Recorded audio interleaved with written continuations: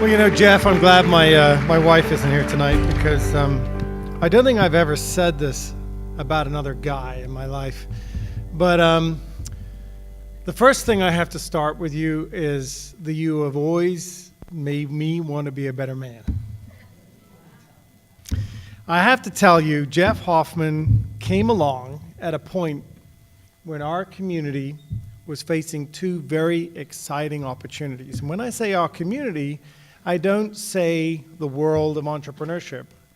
I say the world, a collective world of startup communities, because we know that innovation doesn't care about national boundaries. It's porous to national boundaries. And so I look at the world, as Jeff does, as one big collection of startup communities, of people figuring out better ways of doing things, of birthing the new, and of finding it in themselves to collaborate with us older people, people with unique knowledge and experience of a field, but to bring that together with a wild and disruptive idea and to use the science of startups to figure out how we can obviously do what we all know they do, which is not just unleash innovation, but create jobs and economic growth.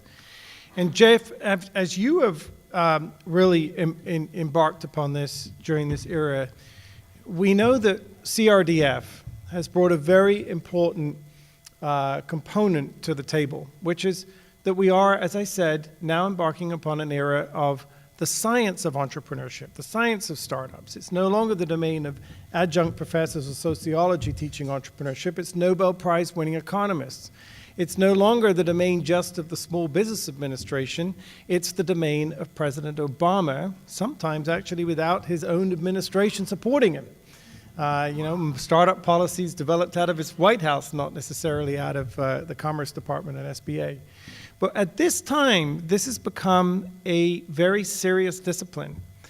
And as we embark upon this as an economist and as an entrepreneur, there was a missing piece, and it's a piece that a few people in the world like Jeff have started to unlock.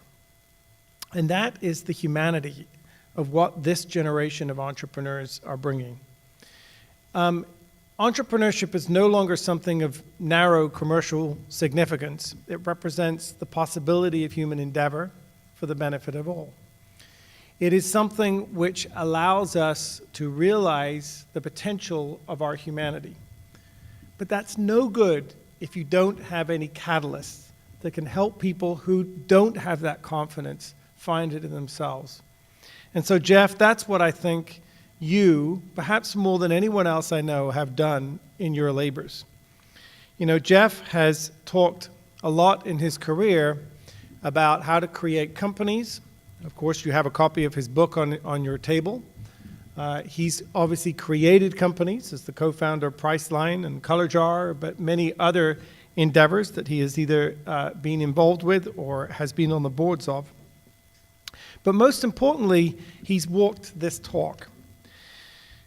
And Jeff, as I look to what you've done in bringing this humanity out of the aspiring entrepreneurs around the world, I tried to figure out what is it about Jeff? How does he walk the talk? What is it that we all want to emulate? Of course, I woke up with a monumental idea this morning, but now I don't like it. But I figured out that they're actually kind of fairly simple things. And some of the things I saw was humility. If you know this guy, Jeff Hoffman, you know that, we were in Moscow together, okay? And, Jeff, has to rush, gets off the plane, gets back to the United States, got stuff to do. What's the text he's got about? He says, well, I met these 3 entrepreneurs, and I didn't get their contact information, and they really need my help.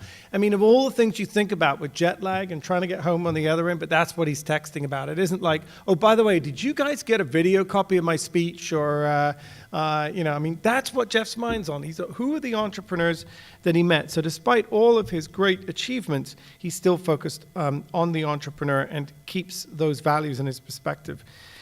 He's selfless and generous. He believes that at the end of the day, what his mission is on the ground, we're going to be going to Korea together. I leave tonight to launch Global Entrepreneurship Week around the world. And at the end of Global Entrepreneurship Week, Jeff and I will meet in Korea. And in Korea, we have a variety of speeches and things. And Jeff sent us a message today. We sent it to someone on my staff saying, by the way, I noticed my schedule's kind of light. I see the speech stuff, but when am I meeting with all the entrepreneurs? I mean, isn't that what this is all about? His first priority is what can he do to help you? And I think that has been part of his speech. What are they, they should do something about it. If any of you have heard Jeff speaks, you'll say, it's funny the number of times that you stand up and say that in life, and then you realize that actually you really need to do it yourself. Of course, entrepreneur in French means to undertake. Jeff has taught us all today that we can't do this on the couch. We have to get up off the couch, Jeff, to use your expression. And if you're not ready, you don't know what you're supposed to do to get up off the couch because you don't know what your ideas, that's fine. Start to prepare for your dream. That's what Jeff has done with his life. He's been persistent. As you know, they tried to kick him out of Yale for having the foresight to live the American dream and to try to start a company in order to pay for his, I don't know whether this is just me that heard this story, but as far as I'm concerned, I love it, which is, on his way out the door, having been told he's going from Yale because he can't start a company in Yale, he sits outside the president's office and gives it one last shot. And what does the president say? Goodness gracious, how can I run an institution here where we have someone that takes the initiative to create a company to pay for his tuition, and we're not allowed him to stay here? By the way, I had to do the opposite. I started my first company when I was 19 years old, and I was not allowed to do it at a university and got kicked out. Jeff is someone who really we want to say surrounds himself with not just this sense of persistence, but in a way he's the hero of his own story. He's someone who has lived the war, lived the ideas that he espouses to others, and has really given us each and every one of us a way that we can follow his example. Jeff, the world is indeed bigger than any one idea. You show us that example.